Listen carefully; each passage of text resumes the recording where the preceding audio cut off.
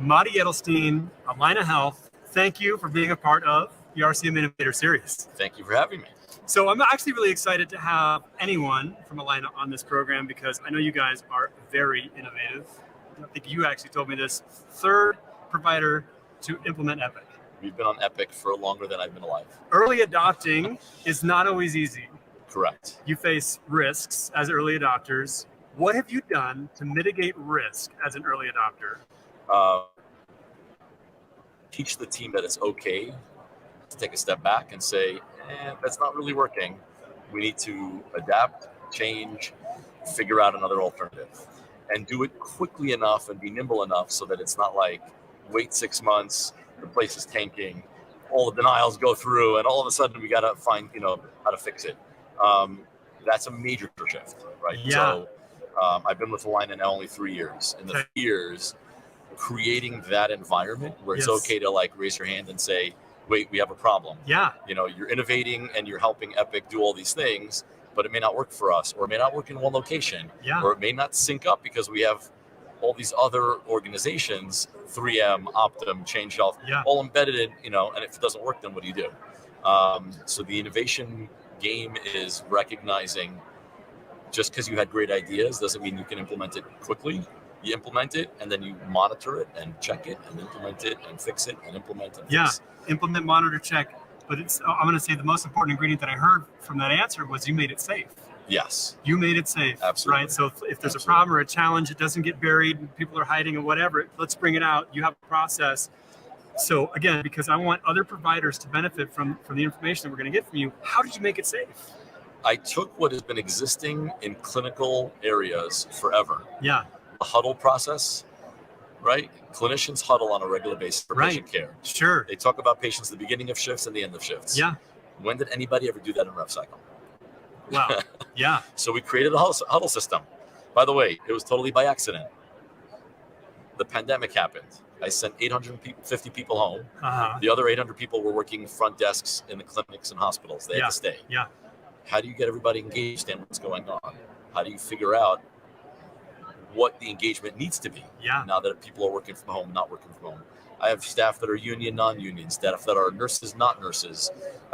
We have 1,500 plus FTEs throughout rev cycle, all over Minnesota and Wisconsin. 100 plus clinics, 12 hospitals. I mean, they're all over the place. Yeah. How do you create a process where they still feel connected? Yeah.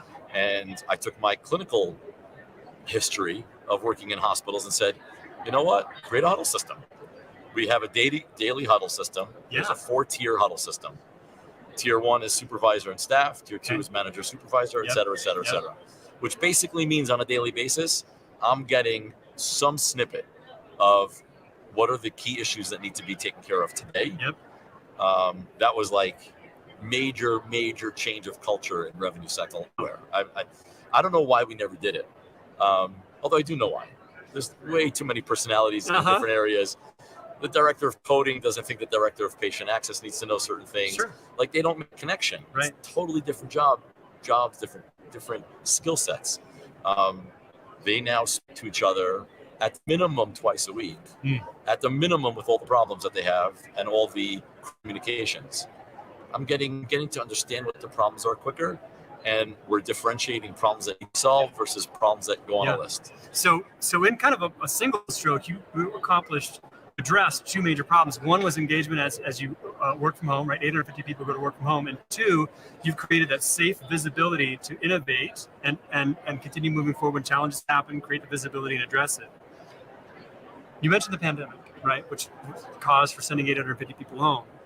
There's been so many things in the healthcare space that comes with this, it's going to take 10 years to do that. The pandemic showed could happen in 6 months. This is great. It's great that healthcare has seen that they can move fast. I want to hear from you. How do we make sure we don't lose that awareness, right? So we've seen it, we've proved it. I think that there's a likelihood, I'll call it, that we could kind of go back to having a sense that things take 10 years. It's happening already. What can we do? It's happening already. The prioritization of what needs to be taken care of sooner during the pandemic was on like hyper speed. Right? Had these war rooms, these committees, everybody was talking to each other 10 times a day. Sure. That allowed us to bubble things up quicker. Yeah. A system's not working. We need a new module into something. Yep. We need a patient care X, Y, Z, whatever it is. It allowed us to get decision making done much quicker. Okay. We're already as an industry moving back into that process because Yep. we don't have the decision making process that can move fast enough and be nimble enough. Okay. So the things that are in my control Right. are the things that I'm changing. Yes. Every leader, and that's directors, managers, supervisors, has to be armed with this is part of your responsibility. Mm-hmm. There's a problem to be solved. If it needs to be solved, it can't take 6 months. Yeah, And sure. if it needs to be solved, it can't go on a list for IT, legal, compliance for 3 years from now to finally implement. Right. Those things have helped just internal rev cycle. Ownership and urgency. Ownership and urgency. Let me ask you about the urgency piece. Obviously, COVID, urgency went way up. Is there still dire urgency to innovate in healthcare, and Yes. why? We've lost revenue. The revenue, well, let me take a step back. Yeah. COVID happened. Sure. All these patients that were normally coming into our health systems are now not coming in. We're seeing COVID patients, COVID testing, a whole bunch of sick people that are waiting till they're like really sick before they're willing to come into a hospital. Yeah. And everyone is staying home. At first glance, all of leadership and all the health systems that I'm a part of, including Allina, are looking around saying, okay, well, eventually all this pent-up demand is going to come back. And a whole bunch of us industry-wide are saying, we're not really sure. Because during that process, all of our orthopedists figure out how to take surgeries from inpatient to ambulatory surgery centers and do them outpatient. All of our cardiologists figure out how to take care of patients without bringing them into the hospital because they don't want them to get sicker. Yeah. That's not changing back. Right, no. These physicians have figured out how to accommodate patient care to where the patients needed it. That's a shift now forever. Our revenue now is going down. Yeah. We're still doing the number of patients. Yep. I'm still going to see 4.5 million visits a year. Yeah. But I used to have 200,000 surgeries in an inpatient setting, making lots of money. Now, half that, maybe not half, 40% of that is in an outpatient. I don't have revenue. Well, you can't run a hospital if there's no revenue. I've heard that. Every hospital right now is going through the same problem. I mean, you look at any publication, they're talking about $500 million here, $1 billion there, net operating loss. Well, this is where it's coming from. Yeah. We operate hospitals based off of what we think volume is going to be the following year. Yeah. Right? You hire all the nurses and you hire all the doctors and you pay doctors and you pay for those people are still coming in. We're still seeing people. Volume's there. Yep. It's not as if all of a sudden everyone went away. Yeah. But the volume's being shifted to outpatient services. The volume's shifted to stay at home as long as you can. Here's some medication. Stay at home. We'll do therapy over the internet. Okay. Stay at home. We'll do all these things. Yeah. Revenue goes down. Heightened sense of urgency is there. Yep. We have to shift that from what it used to be of needing urgency because of pandemic itself to urgency post-pandemic. So sounds like number one is let's have the awareness, right? That we're not going to go back to old normal. New normal's here now. Yes. And if you've been waiting for the same procedures to be coming back to your hospital, stop waiting because the whole system has changed. So if you start with awareness, what's the next step? If you've realized that, what would be the next action that a health system should take from that realization? Planning differently. The concepts of budgeting in healthcare. Again, I'll just talk from revenue cycle. Yeah, I get you. Yes. Budgeting in healthcare, we took 24 months of run rate and we said, okay, for next year, we're going to need 200 coders. For next year, we're going to need 200 people doing denials. For next year, we're going to need 200 people doing XYZ, right? Yeah. We took a run rate and that's how we planned for next year. It was called a budget. You can't do that anymore. That doesn't exist. Right. What 24 months are you using? Sure. What 6 months are you using? Yeah. Good point. So one of the things that we've done, back to the innovation, is we started changing to a forecast model. Don't forecast for the whole year and try to budget against it. Forecast to what you think your volume is going to be for the next 30 days, 60 days, 90 days, and forecast what expenses you need in order to make that. I follow. Continue that path on. Yes. So quasi-budget, but not real. Yeah. But in a forecast model, every 30 days, assess, reassess, and make changes. So I'm going to have to guess that what gets hard if you're looking at 30, 60, 90-day windows is undertaking innovations that take 12 months, 2 years, 3 years to really, how do you reconcile? What are you doing in that? I can no longer innovate or automate or bring in technology, that's a 1-year plan. Wow. It's my plan has got to be the next 5 to 10 years. Uh-huh. I have a 10-year roadmap. Okay. Right. And that came because in the last 6 months, we said we can no longer do a 1-year plan. It used to be in rev cycle. Every CFO would come to me and say, okay, what's going to be your improvement benefit for next year? Yeah. And they wanted a dollar value. Yeah. Right. A % improvement, something. Sure. So, okay, I can give you another squeeze. Here's where we're going to focus on. Yep. We're going to bring innovation in denials management. We're going to bring innovation in eligibility and authorization management. We're going to bring in okay, that's nice. I no longer have that run rate. I need to be able to say, over the next 10 years, this is what I'm going to invest in, because I believe in the next 10 years, we're for sure going to need this no matter what the volume is, no matter what the assumptions are, no matter how you budget, right? Then I work my way backwards and I say, okay, my prioritization is, if I know in the next 60 days, my shifts of inpatient care are high acuity, bigger, okay, what do I need for that population? Right. And if I know that all my other stuff is going to be outpatient-wise, what do I need to focus on there? Yeah. That's all. And that becomes my project plan or my roadmap for the next 5 to 10 years. In 60-day increments, we change the roadmap. Don't wait 3 years and say, oh, what happened? Where do all our knee replacements go? Wow. So all your knee replacements are in ambulatory surgery centers. Go change that. Fix it up. Still have to have, you said you'd be looking out 10 years, but every 3 months, you need to reevaluate how you're looking out 10 years. I truly believe over the next 24 months, if you're reevaluating in longer increments than 60 or 90 days, by the time you turn around, it's too late. Wow. So 10-year roadmap, you obviously recently evaluated it. What's next? What's the next technology, the next innovation you're looking at? For Allina Health? Yeah, for Allina. For Allina Health, it is anything we can do related to getting a patient to understand what their benefit is, what their cost of out-of-pocket is, and how to help them with an improved patient engagement score type of thing. Okay. Right? Why? Because through all these different services that are happening in the world, the patients are the ones that are the most affected right now. Sure. And one of the things that the pandemic proved, hospitals and boxes and order and buildings mean nothing. Right. Physicians are also nothing. The patient is the center. Okay. If a patient has a choice between having to travel to a doctor, having to travel to a hospital, or be at home and have everything travel to them, which one are they choosing? Sure, I get you. Okay. No surprise bill law, price transparency law, all these other things coming into play. They're all connecting at the same time. So our focus now is, what do I need to have every single patient, every single place of service? I don't care if it's a doctor's office, a clinic visit, or inpatient heart transplant. Every patient needs to know their benefits, the patient needs, what's going to be their out-of-pocket expense. That piece will help with all the other downstream effects. Yeah, of course. That's where we're focusing on. All right. As you push into these innovations, for the ones that necessitate or could benefit from engagement with vendors, what do you guys do to vet the vendors when you're out in the space looking? How do you make sure that they're going to be an effective partner for you when you innovate? Loaded question. Wow. How do we pick vendors? Boom, we're bringing the big questions. That's what we're doing. This is the big questions. This is probably part of the hardest part of going to these conferences. Yeah, totally. Right? Before you come to a conference and you only know 3 vendors that do XYZ in this space, you do an RFP with the 3 vendors. Yeah, sure.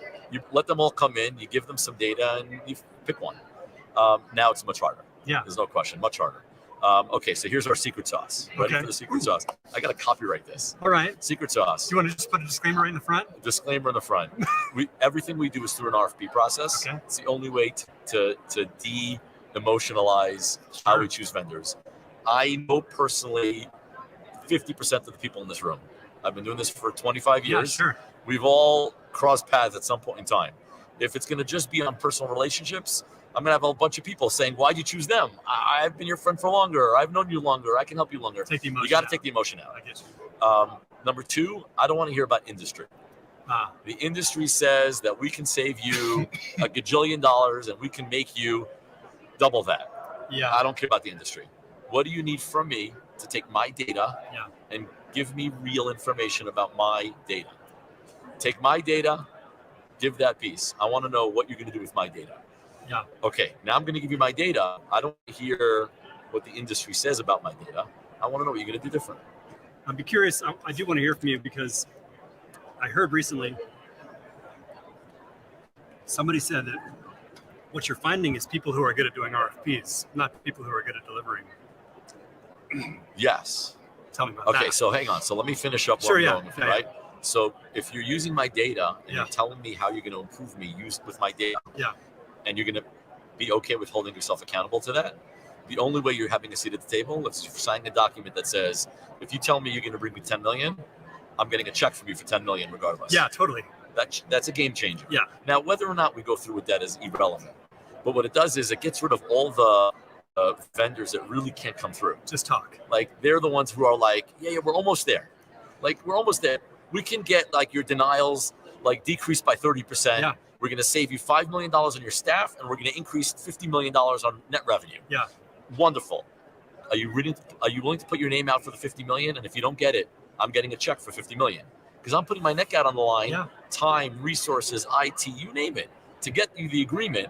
You better be able to come through. If not, they're looking at me at why we wasted all this time. Sure. Right away, it gets rid of a whole bunch of vendors. Yeah. So that's like the way to like, the hands go down. Yeah, all of a sudden hands go down. They're like, not for us. Thank you very much for the opportunity. Yeah. You know, you're out of your mind. You're crazy. Go find somebody else. But guess what? The vendors are really sure of themselves and that know they can do it. They're left at the table. Sure. Now I bring them in and they have conversations with my operators. I'm the VP. I am not the person who's opening up a work queue and is frustrated with a cardiologist who keeps on entering charges wrong or late. Yeah. A payer who keeps on denying me. It's no longer my job. I need the operators to come up. Yeah. They've got to understand and see what the vision is of these three vendors, let's say, right? Narrow them down to three. From those three vendors, who are they? How long have they been in the market? How long have they been successful with others?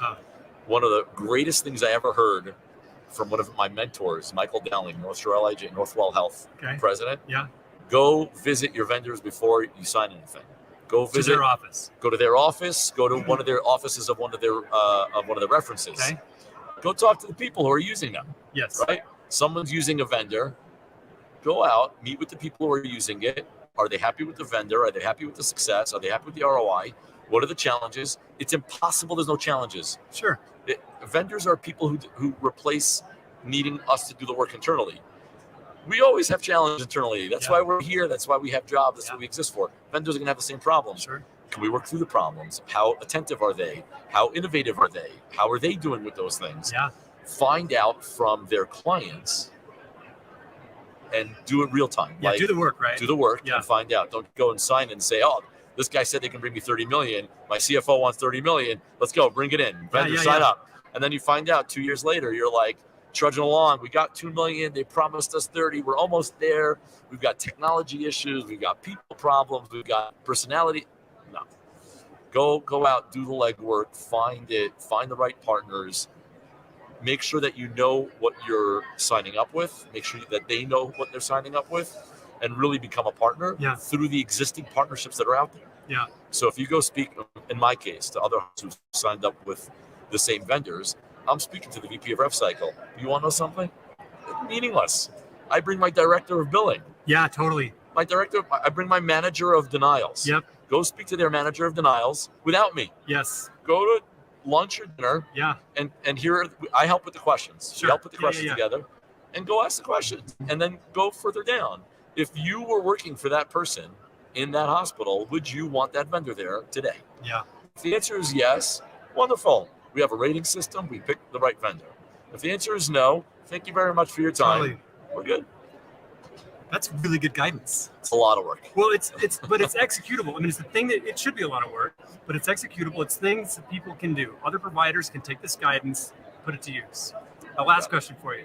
I'm going to give you the magic wand, and you're going to tell me what's going to change between now and 5 years from now in American healthcare if you had your way. Place of service. Okay. Right? So we're going to meet patients where they want to be treated. Yeah. Now, some of it sounds a little bit silly. I had a conversation yesterday with someone who said, so basically what you're saying, Motti, is we're going to go back to the way it was like 400 years ago when the doctor showed up, horse and buggy with a bag, and they came into your house and they gave you some medication or some herbs or whatever and fixed you, and then they left. Yeah. My answer to that is not exactly, but something very similar. Sure. I've got 4 kids. 23, 20, 18, 16. Okay. None of them are interested in going to a doctor's visit. Sure, right. None of them are, but they speak to the doctor often. Yeah.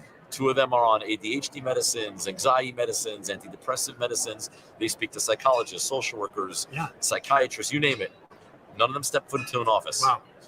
The physicians and the treatments and everything else are meeting them to where they need. Well, where's where they need? Well, sometimes it's at home on a computer. Sure. Sometimes it's in an office, an office setting. Sometimes it's on the road before a ball game. Yeah. Sometimes it's in between meets. One of my kids plays ice hockey. In between, playing hockey, he's grabbing his phone saying, listen, the ADHD meds that I'm on, I'm finding that like by 11 o'clock, it's just not, and I'm standing there next to him. Yeah. And he's talking to the psychiatrist. Yeah, yeah. Like, and I'm finding that by the next class, it's like, I'm not clear. Like, I need to change that. Yeah. These kids don't want to have to schedule an appointment 3 weeks later to go see their doctor. Yeah. They want like immediate. I now understand that I'm part of my healthcare. My kids that are 18, 19, they're part of their healthcare. Yes. Our generation was the middle. My parents, if the doctor said you go for a blood test, you said, sure. You called up. 3 weeks later, you went for a blood test. 3 weeks later, you got a result. 3 weeks later, you went back to the doctor to have a conversation about what the blood was worth. Sure. And you followed like a puppy. Like, come here. Yeah. Okay, come here. Okay, come here. Okay. We are on the verge of changing because we have WebMD and Google. Sure. We're checking that out, our generation, right? Yeah. Kids' generation, teenagers of today, no way. Yeah. You're going to tell me, no. It's on my time. Yeah. I'm going to schedule when I want. Epic, my chart, game changer. Yeah. These patients want, in the future, next 5-10 years, I want to control when I want an appointment. I want to control it, looking at the schedule to decide when is good for me. I hear somebody on the phone saying, I have 9 o'clock Tuesday, I have 3 o'clock Wednesday, or 4 o'clock in 3 weeks from now. No. Yeah. Open up the app. I'm going to choose it myself. Right. No different than I need an oil change. Yeah, sure. I need a Delta flight. Yeah. I need reservation at a restaurant. Yeah. They're not calling. No. Nobody's calling restaurants anymore for a reservation. Right. Yeah. Nobody's calling the car service company to get the car service. I'm bringing my kids. Actually, they bring up Uber and Lyft. Oh yeah. Who's closest and cheapest? Right. Yeah. And then they're hitting it. Yeah. So you think healthcare is going to be different? My knee hurts. Okay. Where's the closest doctor? Who accepts my insurance? Yeah. Who's going to, accept whatever my copay, deductible, or co-insurance is? Yeah. And when's the earliest appointment? How much information do I need to know about that doctor? It's got to be there. If I don't have it there, they're not coming. Yeah. What do I want to know about the care? What do I know about the office? What about the ease of scheduling and ease of follow-up? That's the future of healthcare. It's a bright future. And so to me, that's just place of service. Yeah. The service is going to be where the patient wants it. Sometimes it's going to be telehealth. Sometimes it's going to be in person. Sometimes it's going to be a mixture. Sometimes it's clinics. It's going to be a mixture. Well, here's my hope. That is a bright and promising vision of the future of healthcare. My hope is that the guidance you provided here gets heard by other providers, they take it to heart, and they do what you're doing, because I think it's going to help us move us forward. Thank you. Thank you. I really appreciate you being here, Motti. Thank you. Thank you.